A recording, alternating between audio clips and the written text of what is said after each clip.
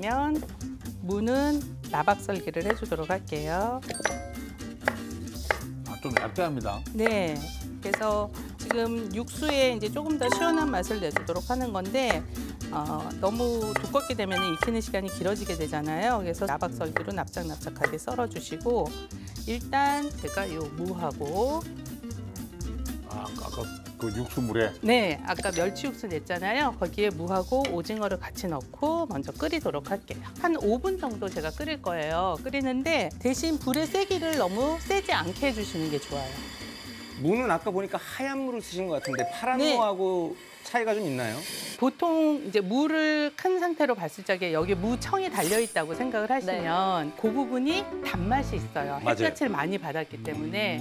그래서 국이나 아니면 찌개 같은 걸 끓일 때 그 부분을 사용을 하면 이상하게 들쩍지근해지는 거죠. 그래서 가능하면 국물 요리에는 하얀 부분을 써주시고 무침이라든지 아니면 조림 같은 걸 하실 때는 그 부분을 사용을 해주시는 게 좋죠.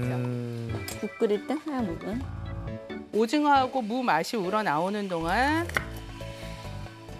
얼갈이 한 요것도 4, 5cm 정도 등분해 주시면 되겠죠? 지금 사용하시는 얼갈이 배추는 지금철에 이제 제철인 배추이기도 하고 제가 국을 끓일 때 다른 채소에 비해서 영양소 성분의 손실이 적어요. 네. 그래서 이제 영양분을 섭취하기에도 굉장히 좋은 배추예요.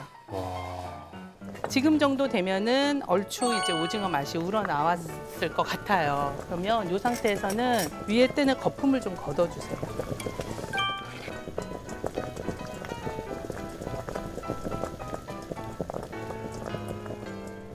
자, 여기에 지금 생강즙을 제가 생강즙을 넣어요? 넣을게요. 왜냐하면 오징어도 해물이어서 약간 특유의 비릿한 맛이 있을 수 있잖아요. 그래서 그 맛을 제거해주기 위해서 넣었고 중간에 들어가면 그 모든 맛의 그 향을 다 죽이는 거 쓰는 아니에요? 거 아니에요? 죽이지는 않고 좋지 않은 맛만 제거를 해주는 역할을 해요. 그래서 안 넣어봤는데. 특히 좀 비린 맛이라든지 누린내라든지 이런 데 생강을 사실 굉장히 많이 쓰죠. 그러면 뭐 다진 생강이나 생강편을 넣으면 안 되고 아니요, 즙이 그래도 나요? 돼요. 근데 그래요? 저는 지금 맑은 국물이니까 최대한 맑게 하고 싶어서 즙을 낸 거고요. 네. 그렇게 썰어서 넣으셔도 괜찮아요. 자, 여기에 아까 썰어놨던 얼갈이를 넣고 이제 불을 조금 세게 해서 끓이도록 할게요. 오래 익히실 필요 없고 이 푸른색이 또 살아야지 식감이 네. 있거든요. 그래서 이 상태에서 한 1분 정도만 해주시면 되고 이렇게 끓이면서 제가 간을 하도록 할게요.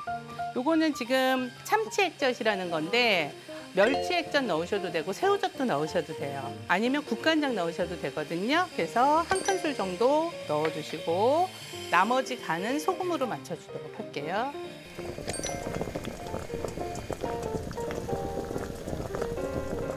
거의 오징어 묵국은 저희가 빨간색 오징어 묵국만 봐서 칼칼하게 이제 고춧가루 넣고 쓰는. 맞아요. 그래서 이 칼칼한 맛을 사실은 고춧가루 대신 청양고추가 넣어준다고 네. 생각을 해주시면 되죠. 그래서 청양고추 넣어주시고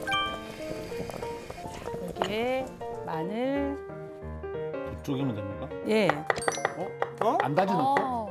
편으로?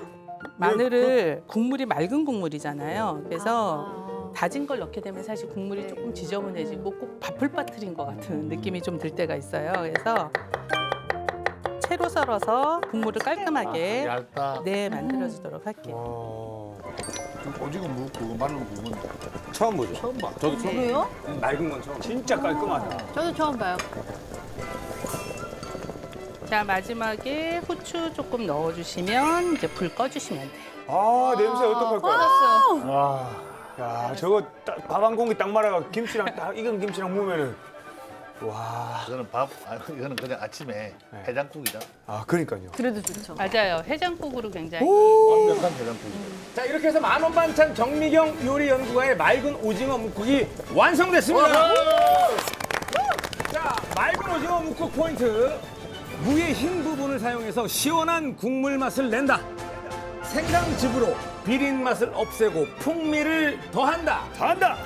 자, 좀 더 자세한 레시피가 궁금하시면 알토란 맑은 오징어 묵국을 검색하십시오.